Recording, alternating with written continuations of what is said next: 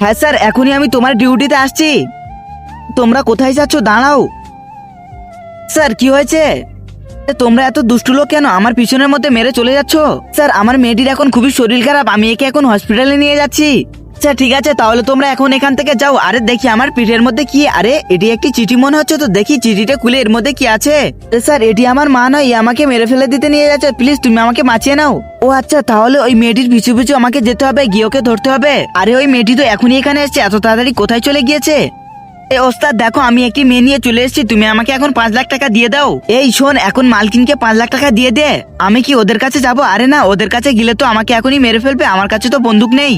তো তার আগে আজকে দেখবো শয়তানকে হারিয়ে মাকে কয়জন জিতিয়ে দেয়। যারা মাকে ভালোবাসো তারা এই ভিডিওর মধ্যে লাইক করে চ্যানেল সাবস্ক্রাইব করে দিবে, আর যারা মাকে ভালোবাসো না শয়তানকে ভালোবাসো তাদের এই ভিডিওর মধ্যে লাইক সাবস্ক্রাইব করার কিছু দরকার নেই। আরে ভাই শোনো, তুমি একটু নিচে এসো। ঠিক আছে, দেখো একটি বাচ্চা মেয়েকে ওরা মেরে ফেলতে চায়, আমি যেরকমই বলবো তুমি সেরকমই করবে। স্যার এটি আমি করতে পারবো না। তুমি ভয় করছো কেন? আমি তো তোমার পিছনে আছি। ঠিক আছে স্যার।